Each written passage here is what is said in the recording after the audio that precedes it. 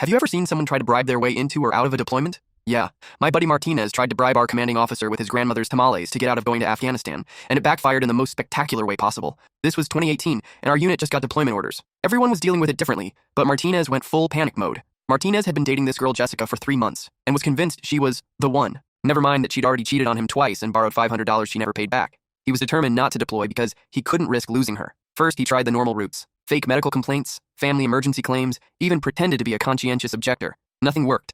That's when he got the brilliant idea to win over our CO, Colonel Patterson, with food. Martinez's grandmother made these legendary tamales that were basically famous throughout his entire neighborhood. He convinced her to make 5 dozen for a special military event. She had no idea he was planning to bribe his way out of deployment. He showed up to the colonel's office with this huge aluminum tray and walked in like he was delivering Christmas dinner. "Sir, my grandmother wanted to thank you for your service with these authentic family recipe tamales." Colonel Patterson looked confused but accepted the food graciously. Martinez launched into this whole speech about family traditions and how his grandmother needed him to help with her medical issues. The colonel listened patiently, tried a tamale, and his eyes lit up. "These are incredible. Please thank your grandmother for me." Martinez thought he had him hooked. "Well, sir, about that deployment. That's when everything went sideways." The colonel smiled and said, "You know what? These are so good, I'm going to share them with the entire command staff." Before Martinez could stop him, the colonel was calling a meeting. Within an hour, Martinez was standing in front of 8 senior officers, all eating his grandmother's tamales. "This young man clearly comes from outstanding people," the colonel announced. "The kind of values and family support that make excellent deployed soldiers." Martinez's face went white as the colonel continued. "In fact, I'm so impressed by Private Martinez's character, I'm recommending him for early promotion once he returns from his tour."